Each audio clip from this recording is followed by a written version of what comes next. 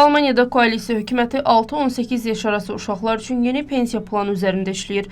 News 24 xəbər verir ki, erkən pensiya adlanan sistem şagirdlər üçün ayda 10 avro dövlət dəstəyini nəzərdə tutur.